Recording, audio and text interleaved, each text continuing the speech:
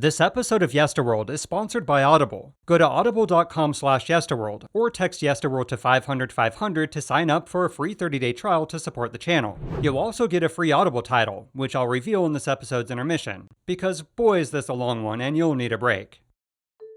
When it comes to movies with infamous production problems, there's quite a few with inspiring success stories. From Star Wars: A New Hope, Jaws, The Wizard of Oz, Blade Runner to The Shining, they all became iconic cinematic masterpieces despite their troubles getting made. George Lucas's Howard the Duck, however, is not one of them, as the only thing worse than the movie's disastrous production were the scathing reviews and abysmal ticket sales. The movie is a true enigma, and on more than one occasion instills discomfort in viewers with the white-hot intensity of 1,000 suns. But the origins of Howard the Duck and his journey to the big screen is filled to the brim with just as much, if not more, chaos and absurdity than the film itself. So strap yourself in for a deep dive into one of the most bizarre movies ever made, with the disastrous history of Howard the Duck.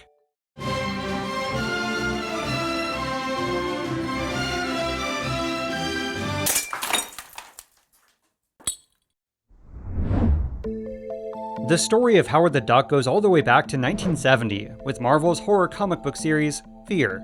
Fear was initially written by the legendary Stan Lee, and as you can probably guess, featured horror stories, many of which involving specific monsters. However, while most of the comic was original, the monster stories were not, as they were actually reprints of previous comics from the 50s and 60s. But that all changed in 1973 with issue number 10, as Fear was given the new title of Adventure into Fear, with the introduction of an original monster story, Man-Thing. The new creature also came with a new writer to the series by the name of Steve Gerber, who had a special knack for the absurd. With Steve Gerber at the helm, Adventure into Fear with Man-Thing pressed on for quite some time, but most important to our story was issue number 19, The Land Between Night and Day.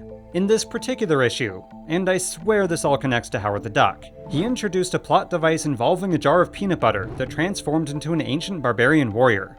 You see, it turned out that Man-Thing's swamp was the nexus point of cosmic forces, which was now being disturbed. If left unchecked, much like Peanut Butter Man, even more bizarre creations could emerge.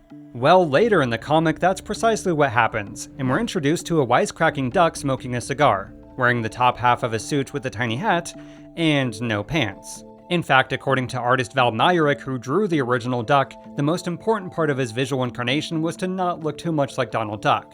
His appearance is brief, and he isn't even given a name, as the comic ends on a cliffhanger a few pages later. Now, the unnamed Duck story was supposed to continue in the next issue, but instead, Marvel began a new story with a new monster, Morbius, who would ironically one day star in Marvel's second worst movie ever made. As far as what happened to Man-Thing, it turned out Steve Gerber was given his very own comic book series to continue the story, and the wisecracking duck was intended to be a recurring character. However, Marvel's then editor-in-chief Roy Thomas had a few reservations about the mallard, as he felt a humorous duck wasn't a good fit with the more serious, horror-centric nature of the comic series. Because, you know, a barbarian warrior magically manifesting from a jar of peanut butter wasn't silly at all. So Steve Gerber was told to get rid of the duck ASAP, and when the Man-Thing standalone series debuted a few months later, he did just that. And by that, I mean he's officially introduced as Howard, heroically battles the bad guys, but then 6 pages later is traveling across magic stepping stones when he clumsily trips and falls into oblivion, never to be seen again. At least that was supposed to be his fate, but evidently Marvel's mailroom was bombarded with letters from angry fans who demanded Howard the Duck to be brought back. One especially disturbed fan even sent Marvel the bones of a dead duck in protest, and Marvel executives like Stan Lee were hounded on a regular basis. So Howard the Duck was indeed resurrected, and the next year made his grand reappearance in the Man-Thing spin-off series, Giant Size Man-Thing. Howard the Duck's story picks up as he's tumbling through an unworldly void of time and space, where days turn into weeks and weeks into months. Finally, he lands in the state of Cleveland, and his tale of adjusting to the world of humans continues from there. Though he was just a side story within the Man-Thing spin-off comic, the edgy duck was a hit, and left fans desperately wanting more. So the next year in 1976, he was given his very own comic book series, Howard the Duck. Someone was mentioning about, you mentioned I think earlier about Howard the Duck. Howard the Duck. No. This comic book right here, it's still very hard to find. We sold out yesterday. We had 35 copies and we sold out. So there is a phenomenon for Howard the Duck. You can't keep it in stock at any price. Over the course of 31 issues spanning 3 years, Howard faced all kinds of villains and monsters, and his off-brand sense of wit and snarkiness were by and large the primary draw. Ultimately, he was a good guy, but was also incredibly obnoxious and rude, so basically the true definition of an anti-hero. The series also contained loads of social and political commentary, satire, parody, existentialism, and a truly awkward, albeit primarily hinted at romance between Howard and a woman named Beverly Switzler. But just as Howard the Duck's popularity was rising with comic book fans, in the late 1970s, a director by the name of George Lucas was finishing up a little film called Star Wars, and as strange as it seems, he would prove vital in not only bringing Howard the Duck to life on the big screen, but creating Marvel's first ever theatrical film. George Lucas, the director of American Graffiti and Star Wars, is a longtime dedicated fan of the comics.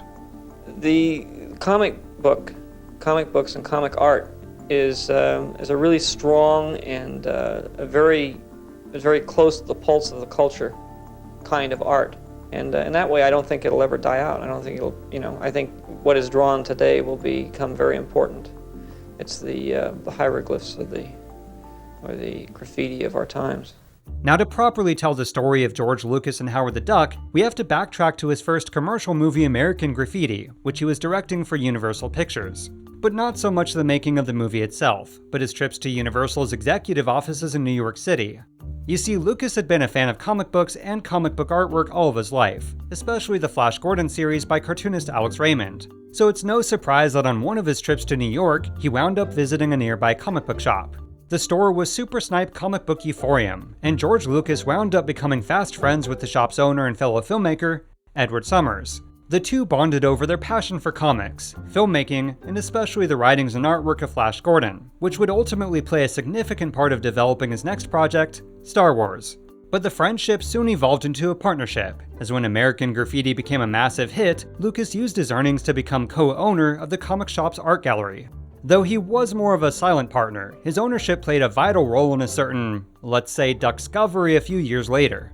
Okay, I swear that's the only duck pun I'll make in this video. Flash forward to July of 1976, just after filming wrapped for Star Wars at Elstree Studios in London. You see, as George Lucas made his way back to California, he spent some time in New York, and while he was there, paid a visit to his comic book shop. As fate would have it, this is also when a certain new comic series was flying off the shelves, Howard the Duck. At some point, he grabbed a copy for himself, and was instantly drawn to the comic's blend of science fiction with absurdist humor, as well as its clever social commentary and hints of film noir. He also felt the comic had potential as a feature film, and would serve as quite the creative challenge to bring to life on the big screen. But George Lucas had no desire to direct or write the film himself, especially since he was knee-deep in wrapping up Star Wars. Instead, he envisioned Howard the Duck as a project for his good friends Gloria Katz and her husband Willard Huyck. Lucas had originally met the couple during his time at USC, and the trio became fast friends. A few years later, he also chose them to write the screenplay for American Graffiti, to which they received critical acclaim. The couple had even lent a hand with writing Star Wars, specifically character dialogue. Though officially without credit, their contributions to A New Hope led to some of the film's most clever and witty banter. In fact, by their account, they supplied somewhere around 30% of dialogue for the entire film. Aren't you a little short for a stormtrooper? Huh? You think a princess and a guy like me? No. But as far as how the writers were plagued with, given the idea to make Howard the Duck, it happened on a lunch date between the old friends. You see, one day while taking a break from the grueling post-production of Star Wars, George Lucas, Gloria Katz, and Willard Huyck were workshopping another in-development script, Radioland Murders. At some point on that fateful afternoon, Lucas told them all about Howard the Duck, and according to Gloria Katz, had even brought back the first issue from his comic book shop to show them. Going further, he expressed how he felt the humor of the comics shared their same comedic sensibilities, and both Huyck and Katz were immediately interested. But the notion of George Lucas producing the film with them as the writers was about as far as the conversation went, as any further discussions beyond that would have to wait until after the release of Star Wars. After all, if his risky and expensive sci-fi epic was a dud, it was basically game over for him in the film industry. This may seem absurd today, but back then it was a real possibility, as the film's bizarre story and characters, countless production troubles, overly ambitious special effects, and ever-increasing budget led many to believe it would be a flop. So the future of Howard the Duck quite literally hinged on whether Star Wars wound up being a financial disaster or box office hit. But luckily for them, or in a way unlucky, it was the latter. The people in this crowd will soon be among almost 40,000 who have seen a new science fiction movie at North Park Cinema 2. The movie is called Star Wars, and since it opened here 9 days ago, capacity crowds have filled the 1,100 seats in the theater almost daily. Although lines at North Park Cinema stretched to more than a half-mile long and the movie cost $3.75 a person, no one tonight seemed to mind the crowds. When Star Wars hit theaters in May of 1977, it wasn't just a box office hit, it changed the film industry and pop culture forever. On top of that, much like the movie Jaws did for its director Steven Spielberg, it also thrust George Lucas into stardom. And then some. So it should come as no surprise that in the midst of Star Wars mania, the question soon arose of what the filmmaker would be doing next. Now at first, George Lucas wasn't sure he even wanted to do another Star Wars. At least not yet. He did have a rough story outline for the sequel ready to go, but 2 other films were also on the table. A movie about the Lost Ark of the Covenant with Steven Spielberg, and Howard the Duck with Gloria Katz and Willard Huyck. Now this Lost Ark idea was still in its infancy, and although it did have inspirations from 1930s and 40s action B-movies, it was an original story requiring no licensing. Howard the Duck, on the other hand, was of course the property of Marvel Comics, so before even possibly moving forward, they would have to inquire about the rights. Some sources claim Lucas himself reached out to Marvel, but others say it was Katz and Huyck. In fact, quick tangent, this story contains more conflicting statements and contradictory information than anything I've ever done before, and the amount of research required given the subject matter was a bit absurd. I was able to verify most of the information with concurring statements from a wide variety of sources, but sometimes like this it's more he said, she said. Anyway, regardless of who reached out to Marvel for the rights of Howard the Duck, the answer was the same. No. But the reason wasn't for lack of interest, it's that they'd recently licensed Howard the Duck to someone else, the head of Universal Pictures Television, Frank Price. Now, for those unaware, Frank Price was behind a slew of incredibly popular and successful Universal shows most of you under the age of 25 have probably never heard of. The specifics of his deal with Marvel was to license a dozen characters for a number of in-the-works Marvel TV shows and Marvel TV movies. The characters to be licensed included Thor, The Incredible Hulk, Miss Marvel, Power Man, Doctor Strange, Iron Fist, the Submariner, Captain America, the Human Torch, and Howard the Duck. Now by 1977, when George Lucas and/or the writers inquired to Marvel about the rights to Howard the Duck, the only shows actually in production was The Incredible Hulk starring Lou Ferrigno.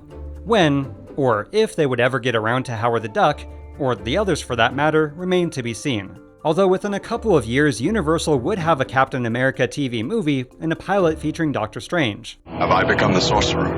You should learn whose powers to respect. Come along for a fantastic adventure into the 4th dimension with Doctor Strange. With the rights to Howard the Duck tied up with Universal, George Lucas turned his gaze back to the Lost Ark project, and to the relief of Star Wars fans, a sequel to the science fiction masterpiece. Willard Huyck and Gloria Katz would also turn to other projects, which meant for almost a decade a movie version of Howard the Duck was off the table. Kind of. You see, this is when the story takes a very bizarre turn, as there was another doomed Howard the Duck movie that has more or less been lost to time. It is a bit of a detour away from George Lucas's Howard the Duck, but it's an important part of the character's disastrous journey to the big screen. It begins at the height of Howard the Duck's popularity in March of 1978, when the character's creator Steve Gerber was suddenly fired from Marvel. The reason for his termination was chronic lateness with his scripts, as he often missed important deadlines and publications for the series. So the Howard the Duck comics went on for 2 more issues without Gerber, and there was even a magazine series, but the publications were poorly received and soon came to an end. Although the magazine did feature the first explicit bedroom scene between Howard the Duck and his human love interest Beverly, so there is that. Anyway, 2 years after his dismissal in 1980, Steve Gerber got word that Marvel was creating a Howard the Duck animated TV show. Not only that, but Marvel was also negotiating with a movie studio to make a Howard the Duck feature film, neither of which had Steve Gerber's approval or even so much as the creator's blessing. Now you might be thinking, wait, didn't Universal own the rights? Isn't that why George Lucas and/or the writers couldn't license Howard the Duck? Did spending months knee-deep in Howard the Duck history cause Mark to lose his mind and contradict himself? Well, yes and no. You see, remember Frank Price, the executive who had bought the Marvel character rights for Universal? Well, in 1978, he wound up resigning from Universal to become the president of Columbia Pictures, and this led to the rights for Howard the Duck to go back to Marvel. Although some sources say he took the rights with him and let them expire, or even sold them back to Marvel. But regardless of how the rights reverted back, when Steve Gerber heard about these new Howard the Duck projects without his involvement, he immediately reached out to Marvel. Claiming ownership of Howard the Duck, he offered to license the property to Marvel, but they, quote, refused to negotiate or agree to anything. Basically, their stance was, we can do whatever the f we want because we own Howard the Duck, not you. So he hired a lawyer and sent Marvel a cease and desist letter, demanding them to go no further with the in-development movie or TV show. But despite his legal threats, and as spearheaded by Stan Lee, Marvel went forward anyway, and officially made a deal with a company called Celluloid Productions Inc. Specifically, it was the rights for a Howard the Duck radio show starring Jim Belushi, and a one-year licensing option for the feature film. Signed on to direct and write the movie were filmmakers Dennis Hacken and Neil Dabrowski, who'd recently produced and wrote the movie Bronco Billy for Clint Eastwood. The yet-to-be-named Howard the Duck movie was also given a budget of $8 million, or close to $30 million today. But to bring Howard the Duck to life on the big screen was going to be no easy task, so they reached out to then mostly unknown, but now legendary special effects genius Stan Winston, who, quick fun fact, had recently done the Wookiee costumes for the infamous Star Wars holiday special.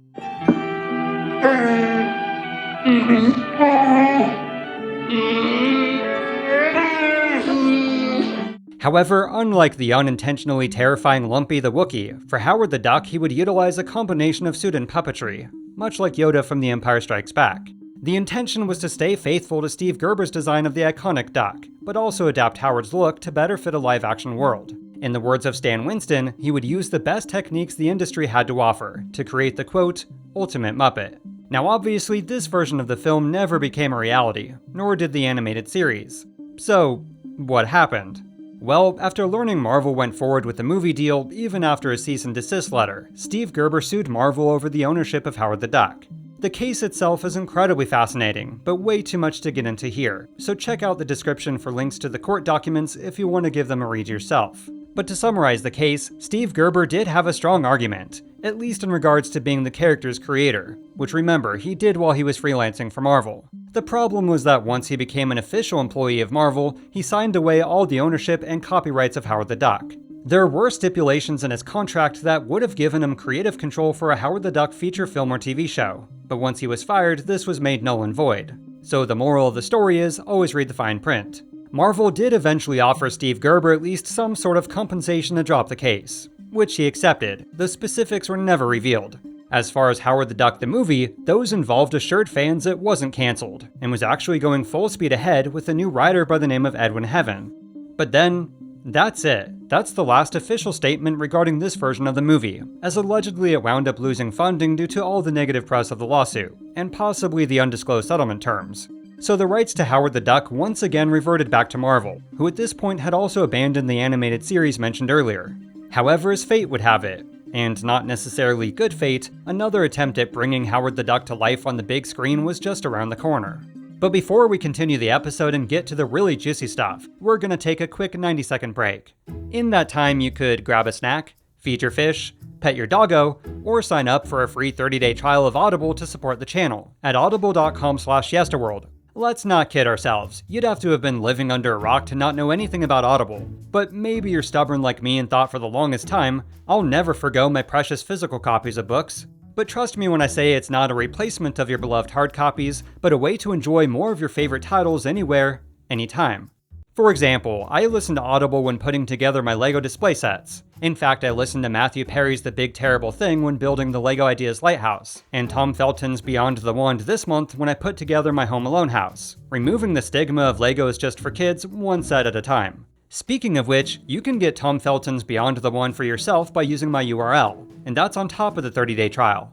As an Audible member, you get one free title each month, with access to all the latest releases, bestsellers, podcasts, and Audible originals. So whether you sign up during this break or after the episode, go to audible.com/yesterworld, or text Yesterworld to 500-500 to begin your free 30-day trial today. And with that, we continue the story of Howard the Duck, which picks up with the release of Indiana Jones and the Temple of Doom. Indiana Jones and the Temple of Doom premieres in less than 2 weeks. We're starting our show with a treat, an exclusive behind-the-scenes look, courtesy of the producers, at Steven Spielberg and Harrison Ford at work with a cast of thousands. Despite the troubles of getting Howard the Duck off the ground, George Lucas, Willard Huyck, and Gloria Katz teamed up for the sequel to Raiders of the Lost Ark. But aside from being the movie that brought the trio back together, Temple of Doom was also the final film Lucas planned to be intricately involved in for quite some time, as during its production he announced a sabbatical from making movies. You see, on top of the 2 Indiana Jones films, he'd also just wrapped up Return of the Jedi, the final installments of his original Star Wars trilogy. But the non-stop work on a sci-fi franchise had taken a toll on his personal life, and George Lucas's workaholic nature in part led to his wife Marcia Lucas asking for a divorce. In his words, he was burned out from Star Wars and had been for years, and desperately needed time to focus on getting his life back. So his plan was to instead focus on raising his daughter, building his film facility Skywalker Ranch, and most important to our story, producing movies for other filmmakers. Oh yeah, and playing himself in truly bizarre Japanese Panasonic camera commercials, which are about as awkward as you might expect. My personal favorite is the one where he's pondering in a field, awkwardly doing whatever that is and smiling at the camera, then going hand in hand with two Ewoks to meet up with all the other Star Wars characters. Panasonic, always new dreams, wonderful friends. Panasonic. いつも新しい夢. Anyway, put simply, George Lucas wanted to find stories he could assist in getting made, but take more of a backseat to the day-to-day work of actual production. And lucky for him, or unlucky, such a project would soon come his way. You see, after writing Temple of Doom, Willard Huyck and Gloria Katz decided to inquire once again about the rights to Howard the Duck. Lucky for them, or ultimately unlucky, this time they were available. Marvel even allowed them to option the film for free, which basically means they were allowed to write the script and pitch it to movie studios before paying a dime. So over the course of the next few months, they wrote several versions of the script, and it was around this time that George Lucas officially came aboard.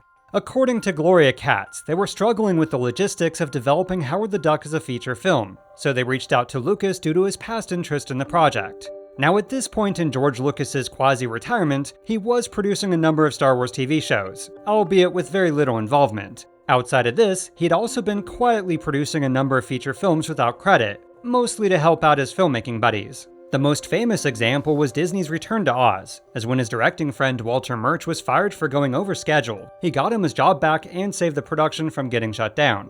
Although given just how unintentionally terrifying the film turned out, this more than likely would have saved a lot of kids from future therapy costs.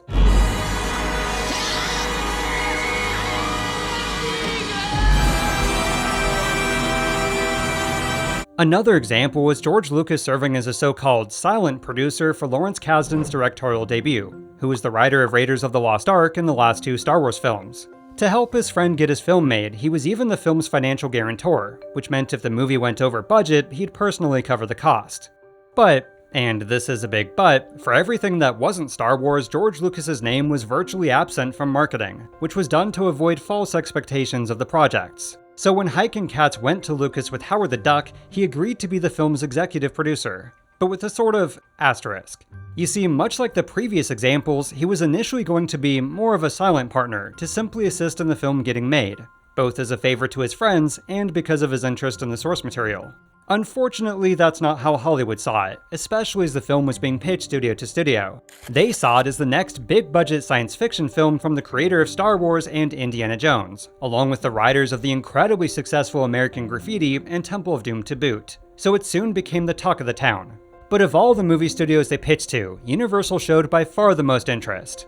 And for good reason. Long story short, in 1972, George Lucas had signed a two-picture deal with Universal to produce two live-action films. The first was American Graffiti, which of course went on to become a huge success. The second was supposed to be Star Wars, but due to its high budget, ahead of its time special effects, and bizarre sci-fi story, they passed. After Star Wars released and, became a pop culture phenomenon, executives at Universal realized they'd shot themselves in the foot.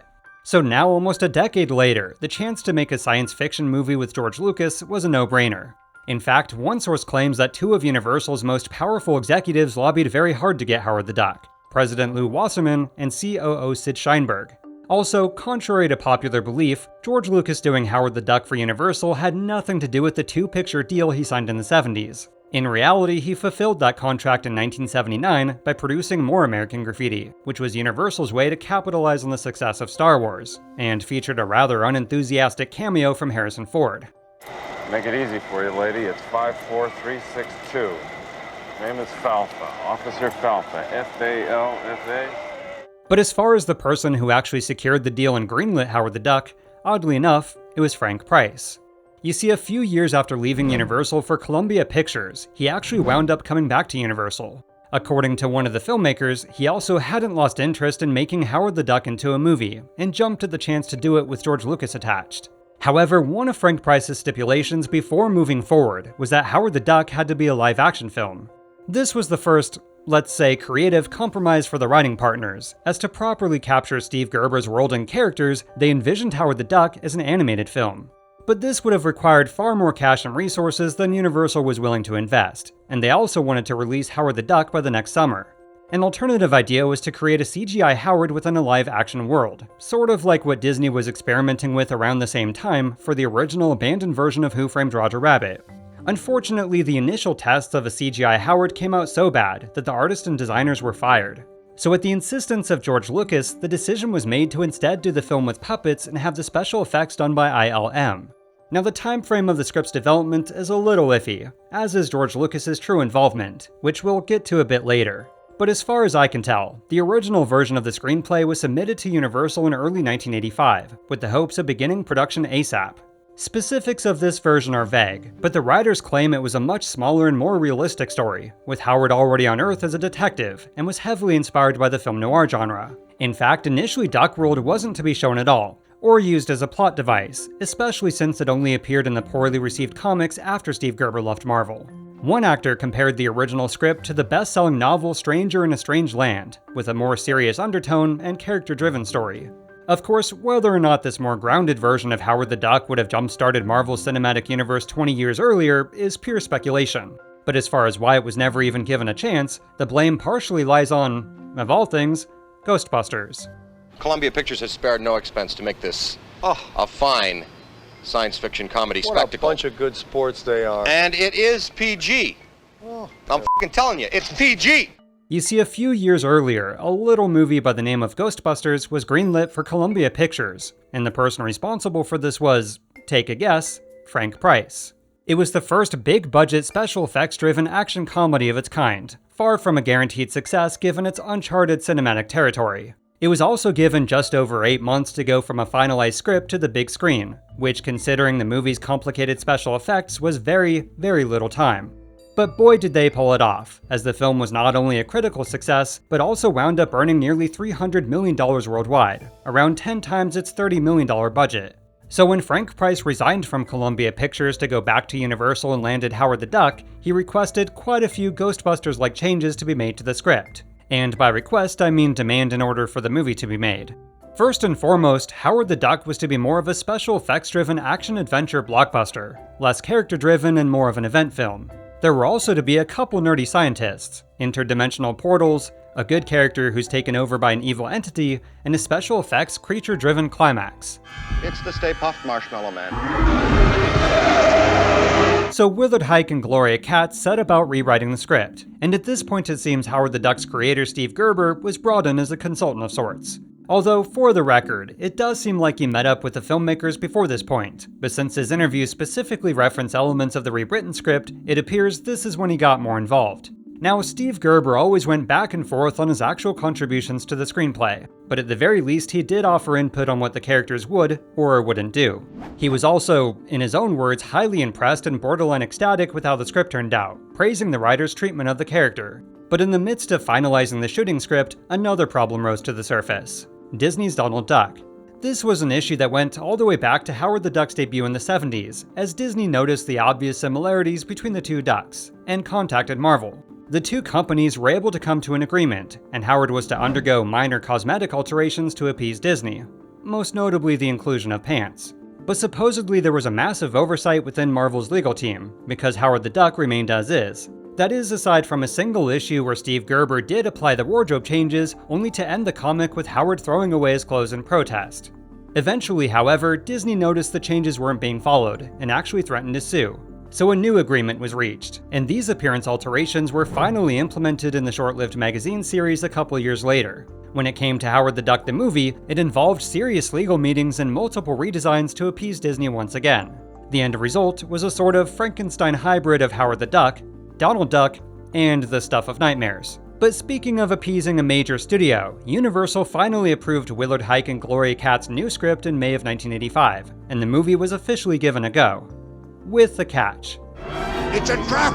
Evidently, one of the final stipulations from Universal and Frank Price was to heavily market Howard the Duck as George Lucas's next major film post Star Wars. Initially though, he was incredibly reluctant to agree, as he knew having his name attached would set up certain expectations to the public. As mentioned earlier, this is the reason he kept his name off the promotion of movies he produced outside of Star Wars. But from a desire to help out his longtime friends, and since he, gave them the idea in the first place, he agreed to sponsor the film even beyond the duties of executive producer. So in August of 1985, Howard the Duck was officially announced as an upcoming movie from Universal Pictures and Lucasfilm. Going further, it was often marketed as George Lucas's new movie, and, quote, the Duck version of Indiana Jones. Signed on to direct was Willard Huyck, with Gloria Katz producing alongside George Lucas. Much like Ghostbusters, it was also given a budget of $30 million, or roughly $80 million today. Also like Ghostbusters, the filmmakers were given just 8 months to go from the beginning of filming to its scheduled release. This forced almost every aspect of Howard the Duck's production to be rushed, but unlike Ghostbusters, it was to feature a complex animatronic puppet as its lead actor. Speaking of which, with less than 2 months before filming was to begin, Howard himself wasn't even finished.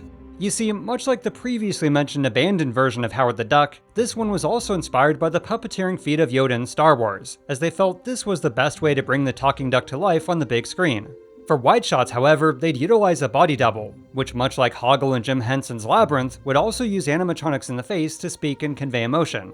The artist building both versions of Howard the Duck was Elaine Baker, the ex-wife of legendary Hollywood creature designer Rick Baker. But after 7 months of work, the duck was having major complications, and at this point filming was just over a month away. So George Lucas reached out to a past Star Wars crew member who had a lot of experience in this field, a puppeteer by the name of Tim Rose. To achieve the desired credibility, there were 2 versions of Akbar. One for wide shots, and this one for close-ups. Here, puppeteer Tim Rose, who plays Admiral Akbar in the movie, works painstakingly to put mouth and words into perfect synchronization. Tim Rose was the puppeteer and voice for the Return of the Jedi's Admiral Akbar, and also brought to life creatures like Salacious B. Crumb and the original pre-CGI sized Noodles. So when George Lucas gave Tim Rose a call and asked him for his help, Tim Rose then reached out to a designer named Tad Schnotsky, the guy who actually did the animatronics and controls for Labyrinth's Hoggle. The two agreed to come aboard Howard the Duck, flew out to California with just 3 weeks until filming was to begin, and immediately got to work. Now, the most advanced mechanics for facial expressions were designated for the Howard puppets, as remember, these were intended for close-ups and medium shots. Quite a bit of work also went towards the animatronic faces on the duck suits, but since they were supposed to be for wide shots and required space for the actor's head, their capabilities were far more limited. As far as who was hired to actually wear the suits, at just under 3 foot tall was a 12-year-old actor by the name of Jordan Prentice, who was chosen to be the primary Howard. Ed Gale was another actor chosen for the part, but since he was slightly taller at 3'4", he was to do Howard's stunt work. Speaking of actors, for the role of Howard's love interest Beverly was Leah Thompson, who had just come off the massively successful Back to the Future. To play the goofy aspirational scientist who tries to get Howard back to Duck World was Tim Robbins, who at the time of casting was virtually unknown. For the other scientist who also transforms into the movie's villain was actor Jeffrey Jones, but due to his disgusting crimes later in real life, we'll avoid talking about him as much as possible. Anyway, with all the production troubles behind them, or so they thought, Howard the Duck officially began filming in November of 1985, with barely over 7 months until its release. Who has feathers, smokes a cigar, and carries the fate of the world on his shoulders? His name is Howard the Duck, and he's the lead in the new movie produced by Star Wars creator George Lucas and directed by Willard Huyck. Now, the actual filming and production of Howard the Duck was pretty straightforward and smooth. I'm kidding, it was a disaster. Again, just to re-emphasize, the articulated puppets were planned to be used for the vast majority of the movie. The duck suits, which at this point had very limited facial expressions and movement, were intended only for wide shots. However, on the first day of shooting, just as Howard opened his mouth to speak, the puppet's skin literally split open on the first take, and was, quote, a disaster. In fact, according to Gloria Katz, in the weeks leading up to filming, they kept having to rebuild the ducks after routinely exploding, so this wasn't the first instance by far. When editing the film, they also had issues with the puppets matching the humans in the duck suits, and getting the puppets across the room in a single take was, in her words, a nightmare. So while the duck puppets did eventually improve and were used in quite a few close-ups and stunt work, they were utilized far less than originally planned. Instead, the vast majority of Howard the Duck's appearance in the movie would consist of the body doubles in the suits, Jordan Prentice and Ed Gale. But since these weren't intended for close-ups, they had to scramble to give these versions of Howard's face more complex and realistic movement. So as improvements were made to Howard's appearance, they'd reshoot the character scene. And with each additional improvement, they'd reshoot again. And again, and again. But the problems of Howard's physical form only seemed to get worse, as there were growing concerns with Jordan Prentice, the 12-year-old inside the suit. For one, like many kids, he often had to go to the bathroom, so after an hour plus of getting him in the suit, sometimes they'd immediately have to get him back out, then spend another hour getting him back in. Child labor laws also meant he could only work very strict hours, so production was constantly going over schedule. He also experienced quite a bit of claustrophobia in the suit, with painful burns from all the mechanics in the face. To top it all off, the film's editor was having a tough time matching the more childish movements of Jordan Prentice with the more mature movements of the other costume duck actor, Ed Gale. If that wasn't bad enough, there was also an issue of child endangerment. One of the incidents occurred when shooting the film's climax, as the young actor's duck costume caught fire from a nearby explosion. My biggest challenge in playing this role was surviving it.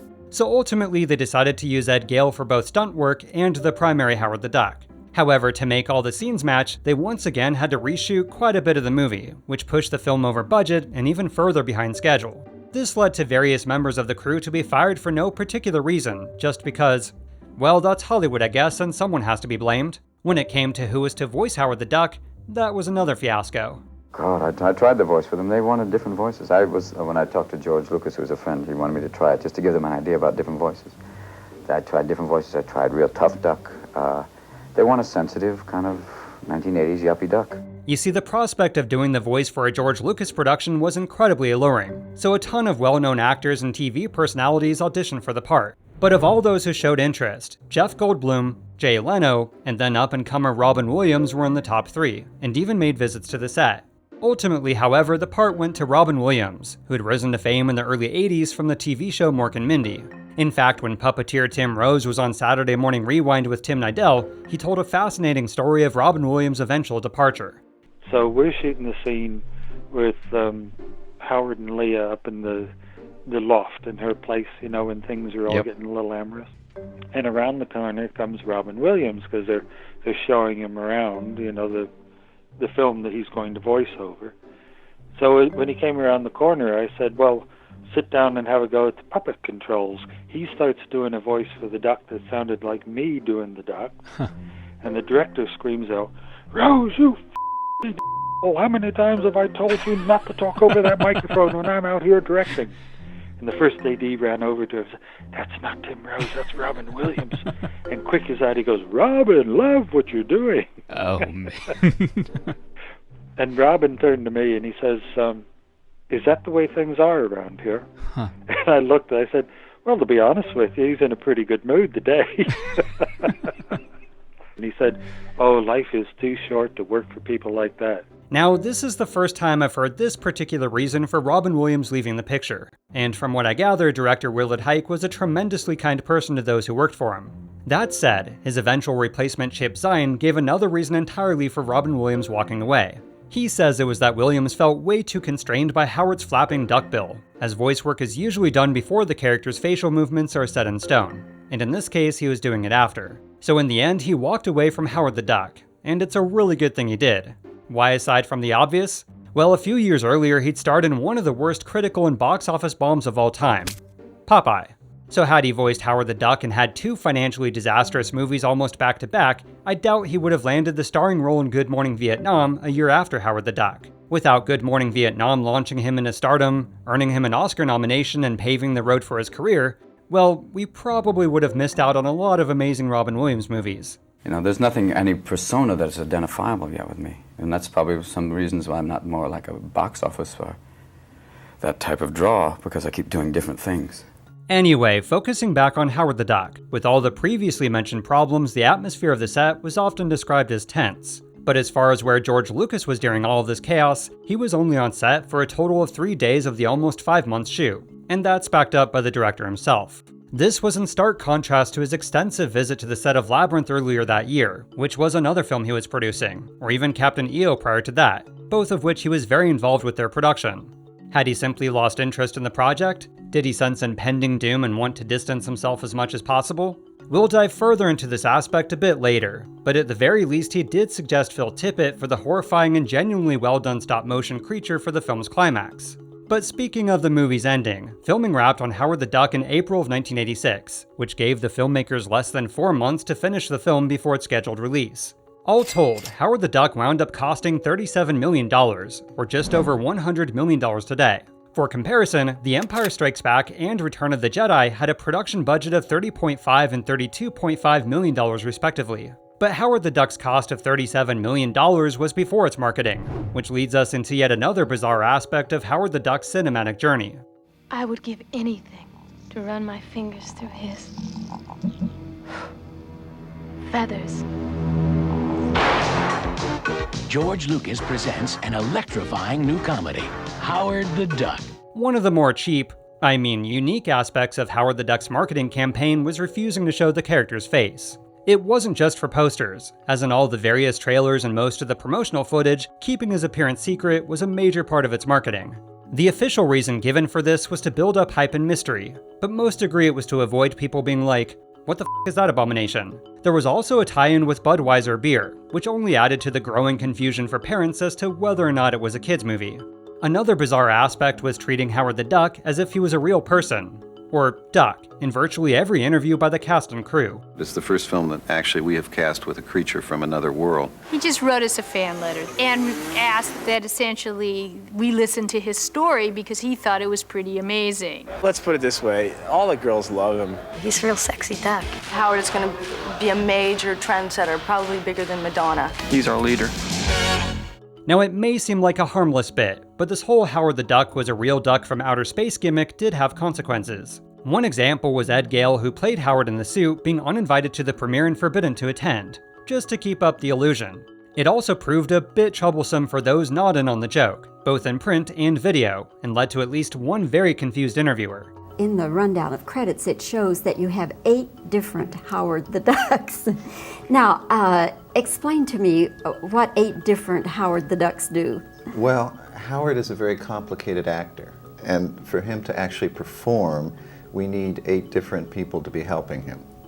But it is 8 different people inside Howard, or making Howard work. Making Howard work. Were they little people, dwarfs, I mean? Or No. Children? No. I just want to clarify, is there ever a human inside Howard? Yes, at times there is. Yeah. Okay. And at times there isn't. Howard the Duck's marketing also came with a bunch of TV commercials, as well as a Marvel-produced comic book series and graphic novel. There was even dial 1-900-410-DUCK to hear voice messages from Howard himself. But the icing on the marketing cake was a massive 3-dimensional billboard in the city of Los Angeles, with a giant duck beak and smoke effects. All in all, this intricate marketing campaign cost another $8 million, which brought the final budget to just over $45 million, 50% over its original budget. Now, so far, Howard the Duck's production chaos has all been behind the scenes, but for the public, the first real sign of trouble came with a nationwide test screening that June. Why? Because it was simply cancelled due to delays in post-production and visual effects. The movie's prospects did seem to improve with a test screening that wasn't cancelled a month later, as Universal reported that the film was very well received. And although it did receive some praise, as later revealed by producer Gloria Katz, she'd actually ripped up all the negative review cards to give Universal a better report. There was also supposed to be a sneak preview a week before the movie came out. However, this one was also cancelled at the last minute. Universal's reasoning was to further build up hype for the movie, but it was more than likely to avoid negative press before its official release on August 1st. And holy shit, did the movie get bad press. Basically, it's about Howard who gets transported across interstellar space by some laser experiment on Earth, and the rest of the story deals with him trying to get back to his home planet. I'd love to show you some clips, but I can't. They didn't send me any. Do you think if it worked that they would have sent me some? Sure. Let me show you what they sent me. This is all you're going to see of Howard the Duck. And friends, to me, it's a lot like the old bait and switch game, where you promise them Howard the Duck and you give them Howard the Turkey. Now, if you've been a subscriber to the channel for the last couple of years, and if not, you should totally start now by hitting that subscribe button, you would know we've covered a fair amount of mixed to poorly reviewed movies upon their initial release. But none of these even compare to the universal dislike, nay, hatred of Howard the Duck. The reviews were scathing and negative in every sense of the word, and also came with an absurd amount of duck puns. A large portion of the hatred went towards Howard the Duck himself, but even as George Lucas later said, quote, "It always looked like a person in a duck suit, and at the time there just wasn't a way around it." His association with the film didn't help, as people were expecting the next Indiana Jones, the next Luke Skywalker, and got, well, Howard the Duck. Many also complained that the movie had far too much mature content to be a kids' movie, because, you know, duck boobies, duck condoms, and anything goes adult spa, and a very suggestive bedroom scene between Howard and Beverly. At the same time, however, the movie was deemed too silly and juvenile for older teens and adults, so it had no real target audience to appeal to. It also failed to satisfy fans of the comics, with many turned off by Howard's difference in appearance, as well as the film's overall lack of the wit, social commentary, self-awareness, and parody of its source material. The film's box office fared even worse, debuting at number 3, dropping to number 8, and falling out of the top 10 completely by its third week. All in all, Howard the Duck made a measly $16.2 million domestically, and under $40 million worldwide, not even enough to cover its entire budget. As far as Howard's creator Steve Gerber, according to Gloria Katz, he began to badmouth the movie after it was released, although I wasn't able to find any direct quotes. However, in later years, he did bash the film quite a bit, which of course goes against his high praise before the film's release, but those early interviews might have been before he saw the finished film. What a miscalculation. Well, the film is based on a comic book where he's sort of a wisecracking, like, you know, cynical Groucho Marx type duck. If they had done that, that would have worked. Or make it warm a Donald kind of thing, kind of fun. But instead, there is this wandering all over the case where the central character, the duck, the one that we're going to be rooting for, have a rooting interest in, is neither funny or bitter funny. And it doesn't work at all. Now, as far as the instant ramifications after the film's release, there were quite a few. Remember Universal Studios head honcho Sid Sheinberg, who allegedly lobbied for the movie? Well, he outright denied any involvement in Howard the Duck, and went so far as saying he never even read the script. The official blame was put on Universal Pictures president Frank Price, and according to insiders, an actual fistfight broke out between the two executives over who was to blame for the movie.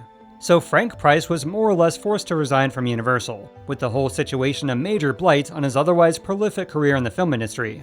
Another person affected by Howard the Duck was Marvel publisher Stan Lee. You see, a lot of movie studios were convinced Howard the Duck would be a hit, so to jump on the comic book adaptation bandwagon, Stan Lee was pitching other Marvel characters to those interested. And a lot were. That is until Howard the Duck proved to be a laughingstock, which scared off virtually any and all potential interest. It's the reason no studio would dare take a risk on another Marvel character for well over a decade, and Stan Lee was basically guilty by association for many, many years.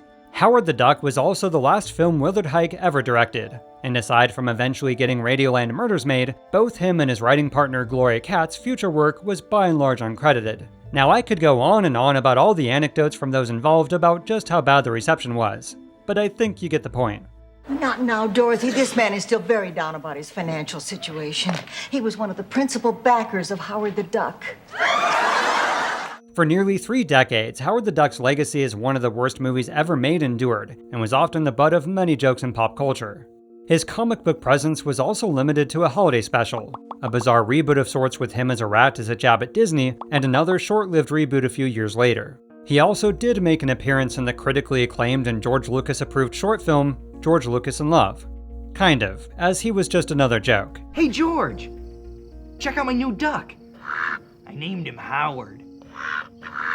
But it begs the question I brought up earlier. Just how much is George Lucas to blame for Howard the Duck?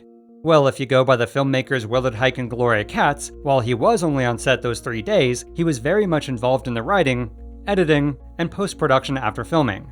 Interviews by those on the production also confirm he was involved with the duck puppets and duck suits, as well as everything else I mentioned earlier in the episode. Sources at Universal, on the other hand, say he wasn't involved in the writing, and was virtually absent from the entire creative process. Then you have one of the few statements from George Lucas himself in the book The Creative Impulse, which is the only officially commissioned biography of George Lucas. He states that by the time he got involved, quote, the die had pretty much been cast, and that he had major reservations from the very beginning, and basically only put his name on it to help out his friends. The direct interview with Lucas implies he was barely involved from start to finish, but this goes against what the filmmakers and those involved in the film have said. So personally, I imagine the truth lies somewhere in between. And while there's a lot of contradictory information out there, I did my best to tell the story either using direct quotes or information backed up by more than one source.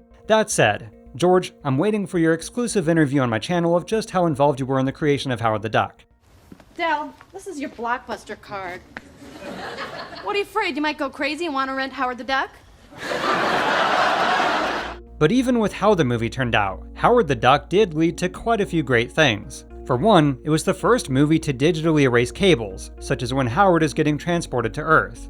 This, of course, soon became a staple for virtually every action film ever made, and is still used today. Also, while countless headlines state Howard the Duck was responsible for the creation of Pixar, this is only a partial truth. True, before Howard the Duck's release, George Lucas was facing some financial issues. He was in the middle of a costly divorce from his wife Marcia Lucas, building Skywalker Ranch, and on top of this, the growing production costs of Howard the Duck. He also did just so happen to have a computer division within Lucasfilm, which had recently developed the Pixar imaging computer. But the sale of Lucasfilm's graphics group division was in February of 1986, long before the film wound up a financial disaster. Nevertheless, the buyer was none other than Apple founder Steve Jobs, and later that year the graphics group became Pixar. But now it's time to get back to Howard the Duck and its resurgence in the 2000s. For the first time on television, George Lucas presents Back to the Future's Leah Thompson in the outrageous adventures of Howard the Duck. A debut network special presentation coming up next. Now, the movie did have its small group of fans in the 80s, and even in the 90s had begun to grow into a bit of a cult classic. However, with the release of Guardians of the Galaxy in 2014, a simple end credit sequence brought Howard the Duck to life for the first time in almost 30 years. What do you let it lick you like that for? Gross. Though brief, it was the first real glimpse of Howard the Duck's potential with proper technology. And you know, not in a duck suit. His new digital form even made a second on-screen appearance in the film's sequel, with another a few years later in Avengers Endgame. Sadly, Steve Gerber never got to see Howard the Duck's true return to the spotlight, as he passed away in 2008. However, the original filmmakers of Howard the Duck did, though Gloria Katz would tragically pass away of cancer in 2018. But Howard the Duck's true return to the spotlight came in 2019, with the announcement of an animated TV show for Hulu. That is until it was abruptly canceled the next year. He did make an appearance on the Marvel Disney Plus series What If in 2021, but beyond that, as of the making of this episode, Howard's cinematic future is unknown. The reason why is pretty understandable, as no one wants to be the person to bring back Howard the Duck to life in a feature film or TV show, only to once again fail. But my money is on the prediction that someday, Howard the Duck will get his own feature film. Again. But whether or not it'll be another financial disaster, we'll have to wait and see.